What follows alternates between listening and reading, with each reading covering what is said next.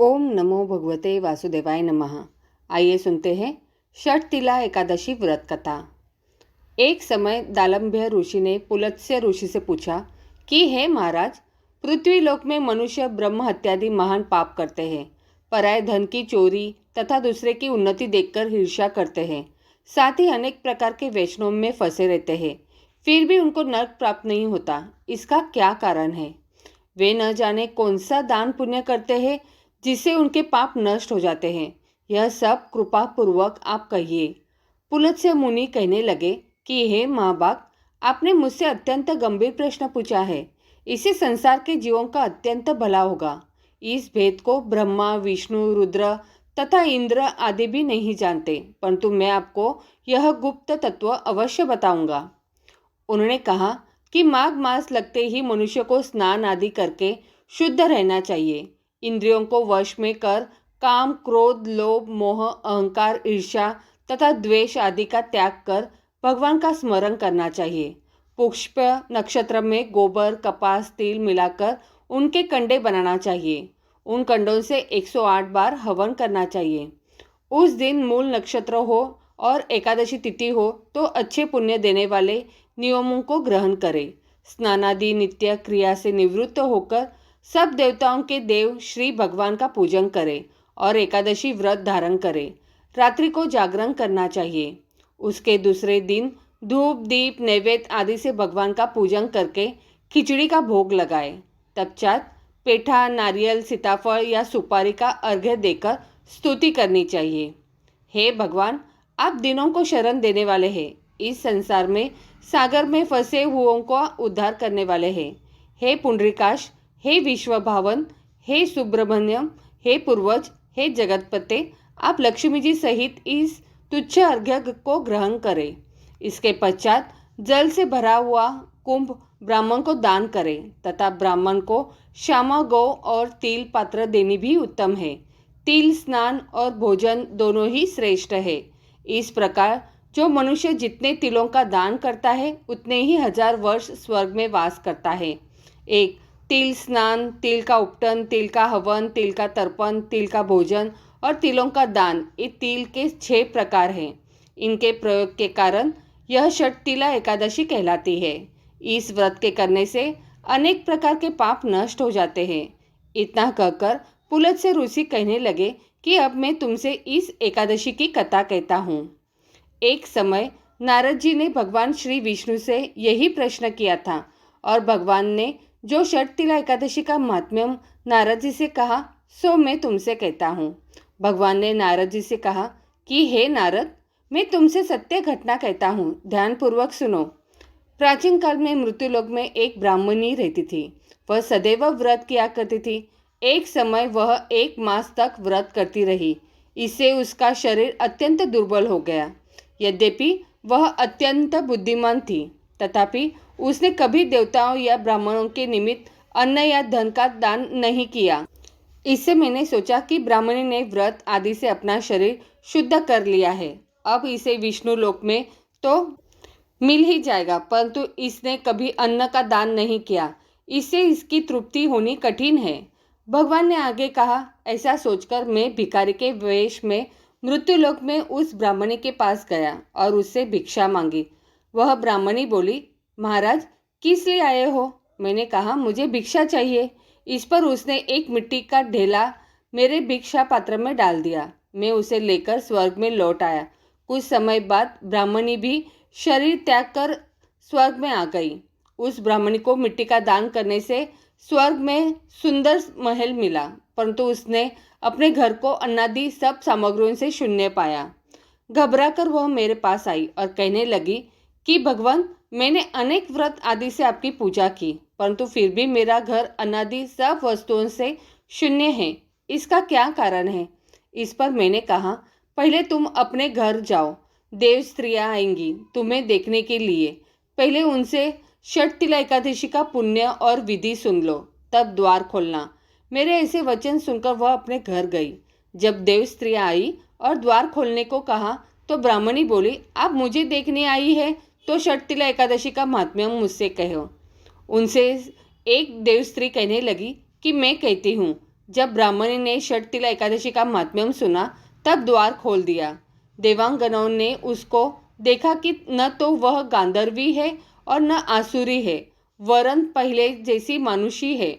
उस ब्राह्मणी ने उनके कथानुसार षटतिला एकादशी का व्रत किया। इसके प्रभाव से वह सुंदर और रूपवती हो गई तथा उसका घर अनादि समस्त सामग्रियों से युक्त हो गया। अंततः मनुष्यों को मूर्खता त्याग कर षटतिला एकादशी का व्रत और लोभ न करके तिलादि का दान करना चाहिए। इससे दुर्भाग्य, दरिद्रता तथा अनेक प्रकार के कष्ट दूर होकर मोक्ष की प्राप्ति होती है। ओम नमो भगवते वासुदेवाय नमः। तुलसी माता से जुड़ी एक बहुत प्रचलित कथा। श्रीमद् देवी भागवत पुराण में इनके अवतरण की दिव्य लीला कथा भी बनाई गई है। एक बार शिव ने अपने तेज को समुद्र में फेंक दिया था। उससे एक महा तेजस्वी बालक ने जन्म लिया। यह बालक आगे चलकर जालंधर के नाम से पराक्रमी दैत्य राजा बना। इसकी राजधानी का नाम जालंधर नगरी था। दैत्यराज कालनेमी की कन्या वृंदा का विवाह जालंधर से हुआ। जालंधर महाराक्षस था। अपनी सत्ता के मद में चूर उसने माता लक्ष्मी को पाने की कामना से युद्ध किया, परंतु समुद्र से ही उत्पन्न होने के कारण माता लक्ष्मी ने उसे अपने भाई के रूप में स्वीकार किया। वहां से पराजित होकर वह देवी पार्वती को पाने की लालसा से कैलाश पर्वत पर गया। भगवान देवादिदेव शिव का ही रूप धरकर माता पार्वती के समीप गया, परंतु माँ ने अपने योग बल से उसे तुरंत पहचान लिया तथा वहां से अंतर्ध्यान हो गई। देवी पार्वती ने क्रुद्ध होकर सारा वृत्तांत भगवान विष्णु को सुनाया। जालंधर की पत्नी वृंदा अत्यंत पतिव्रता स्त्री थी। उसी के पतिव्रत धर्म की शक्ति से जालंधर न तो मारा जाता था और न ही पराजित होता था। इसलिए जालंधर का नाश करने के लिए वृंदा के पतिव्रत धर्म को भंग करना बहुत जरूरी था। इसी कारण भगवान विष्णु ऋषि का वेश धारण कर वन में जा पहुंचे, जहां वृंदा अकेली भ्रमण कर रही थी। भगवान के साथ दो मायावी राक्षस भी थे, जिन्हें देखकर वृंदा भयभीत हो गई। ऋषि ने वृंदा के सामने पल में दोनों को भस्म कर दिया। उनकी शक्ति देखकर वृंदा ने कैलाश पर्वत पर महादेव के साथ युद्ध कर रहे अपने पति जालंधर के बारे में पूछा। ऋषि ने अपना माया जाल से दो वानर प्रकट किए। एक वानर के हाथ में जालंधर का सिर था तथा दूसरे के हाथ में धड़। अपने पति के यह दशा देखकर वृंदा मूर्छित होकर गिर पड़ी। होश में आने पर उन्होंने ऋषि रूपी भगवान से विनती की वह उसके पति को जीवित करे।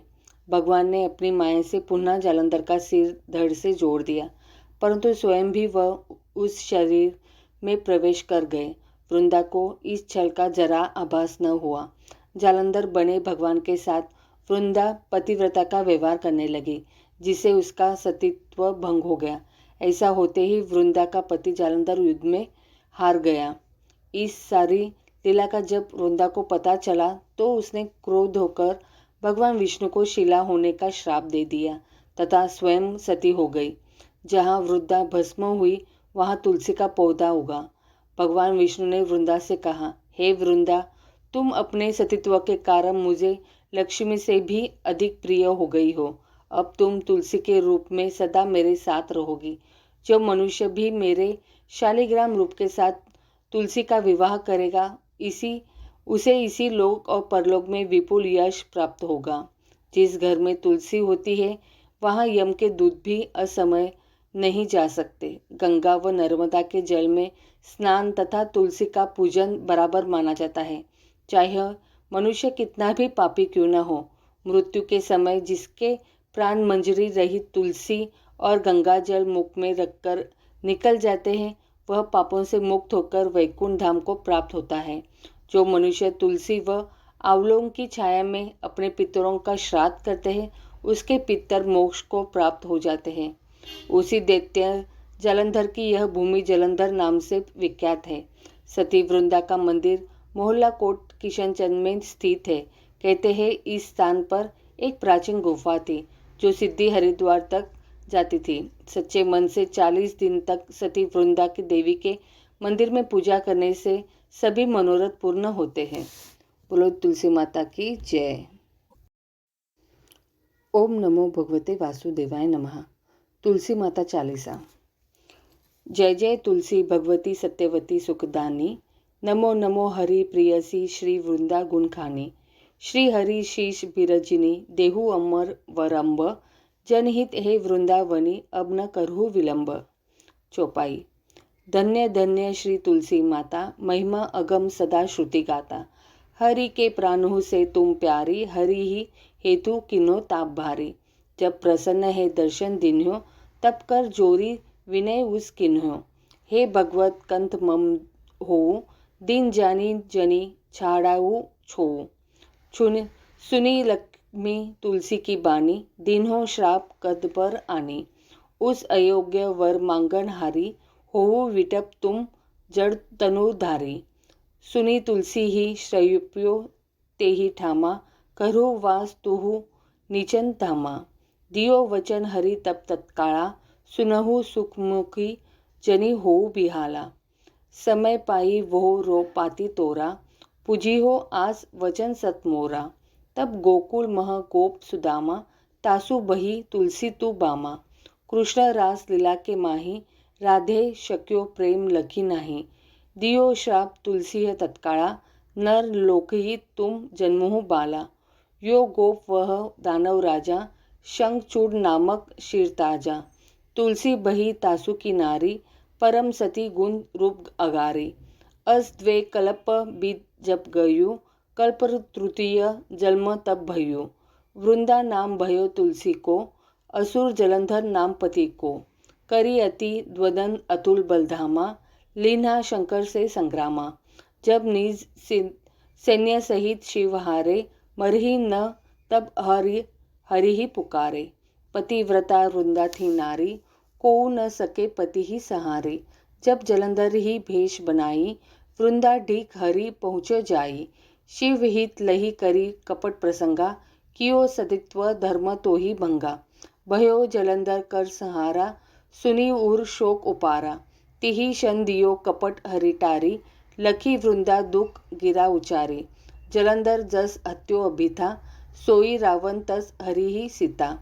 असत प्रस्तर सम हृदय तुम्हारा, धर्म खंडी मम पति ही सहारा। यही कारण लही श्राप हमारा, होवे तनु पाषाण तुम्हारा। सुनी हरि तुरत ही वचन उचारो, दियो श्राप बिना विचारे। लख्यो न नीच करतुति पति को, छलन छयो जब पार्वती को। जड़मुति तुहु असोह जड़ रूपा, जग मह तुलसी विटप अनुपा। भगवा रूप हम शालिग्रामा, नदी गंडकी बीच ललामा। जो तुलसी दल हम ही चढ़िए, सब सुख भोगी परम पद पढ़िए। बिनु तुलसी हरि जलत शरीरा, अतिशय उठत शीर उर पीरा। जो तुलसी दल हरि शीर धारत, सो सहस्त्र घट अमृत डारत। तुलसी हरि मन रंजनी हारी, रोग दोष दूर भंजनी हारी। प्रेम सहित हरि भजन निरंतर, तुलसी राधा में नाही अंतर। व्यंजन हो छपनु प्रकारा, बिनु तुलसी दल न हरि ही प्यारा। सकल तीर्थ तुलसी तरु छाई, लहत मुक्ति जन संशय नाही। कवि सुंदर इक हरि गुण गावत, तुलसी ही निकट सहस गुण पावत। बसत निकट दुर्वासा धामा, जो प्रयास ते पूर्व ललामा। पाठ करही जो नित नर नारी, होई सुख भाषा ही त्रिपुरारी। दोहा। तुलसी चालीसा पढ़ी तुलसी तरु ग्रहदारी, दीपदान करी पुत्र फल पावी बंधु नारी। सकल दुख दरिद्र हरि हार हे परम प्रसन्न, आशी धम जन न लड़ही ग्रह बसही पूर्ण अन्न। लाही अभिमत फल जगत मह लाही पूर्ण सब काम, जेई दल अर्पही तुलसी तह सहज बसही हरियाम। तुलसी महिमा नाम लाख तुलसी सुत सुखराम, मानस चालीसा रचो जग मह तुलसीदास। बोलो तुलसी मैया की जय। ओम नमो भगवते वासुदेवाय नमः। यह चालीसा विष्णु जी को प्रिय है। श्री विष्णु चालीसा का पाठ पढ़ने से वे सारे दुख दर्द को दूर करके आशीष देते हैं। श्री विष्णु चालीसा। दोहा। विष्णु सुनिए विनय सेवक की चितलाए, किरत कुछ वर्णन करूँ दीजिए ज्ञान बताए। चौपाई। नमो विष्णु भगवान खरारी, कष्ट नशावन अखिल बिहारी, प्रबल जगत में शक्ति तुम्हारी, त्रिभुवन फैल रही उजियारी। सुंदर रूप मनोहर सूरत, सरल स्वभाव मोहिनी मूरत, तन पर पीतांबर अति सोहत, बैजंती माला मन मोहत। शंख चक्रा कर गदा बिराजे, देखत दैत्य असुर दल भाजे। सत्य धर्म मत लोभ न गाजे, काम क्रोध मत लोभ न छाजे। संत भक्त सज्जन मनोरंजन, तनुज असुर दुष्ट दल गंजन। सुख उपजाय कष्ट सब भंजन, दोष मिटाय करत जन सज्जन। पाप काट भव सिंधु उतारन, कष्ट नाश कर भक्त उबारन। करत अनेक रूप प्रभु धारन, केवल आप भक्ति के कारण। धरनी देनु बन तुम्ही पुकारा, तब तुम रूप का राम का धारा। बाहर उतार असुर दल मारा, रावण आदि को सहारा। आप वराह रूप बनाया, हिरण्यक्ष को मार गिराया। धर मत्स्य तन सिंधु बनाया, 14 रतन को निकलाया। अमिलक असुर नंदन ध्वंस मचाया, रूप मोहिनी आप दिखाया। देवन को अमृत पान कराया, असुरन को छवि से बहलाया। कूर्म रूप धर सिंधु मजाया, मंद्राचल गिरी तुरंत उठाया। शंकर का तुम फंद छुड़ाया, भस्मासुर को रूप दिखाया। वेद्रों को जब असुर डुबाया, कर प्रबंध उन्हें ढूंढवाया। मोहित बनकर खली नचाया, उसी कर से भस्म कराया। असुर जलधर अति बदलाई, शंकर से उन किन्ह लड़ाई। हार पार शिव सकल बनाई, किन सती से छल खल जाई। सुमिरन किन तुम्हें शिवरानी, बतलाई सब विपत कहानी। तब तुम बने मुनीश्वर ज्ञानी, वृंदा की सब सुरती भुलानी। देखत तीन दनुजु सैतानी, वृंदा आए तुम्हें लपटानी। हो स्पर्श धर्म क्षति मानी, हना असुर उर शिव शैतानी। तुमने ध्रुव प्रहलाद उबारे, हिरणाकुश अधिक खल मारे। गणिका और अजामिल तारे, बहुत भक्त भव सिंधु उतारे। हरू सकल संताप हमारे, कृपा करू हरि सिरजन हरे। देखूं मैं निज दर्श तुम्हारे, दीन बंधु भक्तन हितकारे। चहत आपका सेवक दर्शन, करूँ दया अपनी मधुसूदन। जानू नहीं योग्य जब पूजन, होय यज्ञ स्तुति अनुमोदन। शील दया संतोष सुलक्षण, विदित नहीं व्रत बोध विलक्षण। करूँ आपका किस विधि पूजन, कुमति विलोक होत दुख भीषण। करूँ प्रणाम कौन विधि सुमिरन, कौन भांति में करूँ समर्पण। सूर मुनि करत सदा सेवकाई, हर्षित रहत परम गति पाई। दीन दुखित पर सदा सहाई, निज जन लावे अपनाई। पाप दोष संताप नशाओ, भव बंधन से मुक्त कराओ। सुख संपत्ति दे सुख उपजाओ, निज चरणजन का दास बनाओ। निगम सदा ये विनय सुनावे, पढ़े सुने जो जन सुख पावे। इति श्री चालीसा संपूर्णम।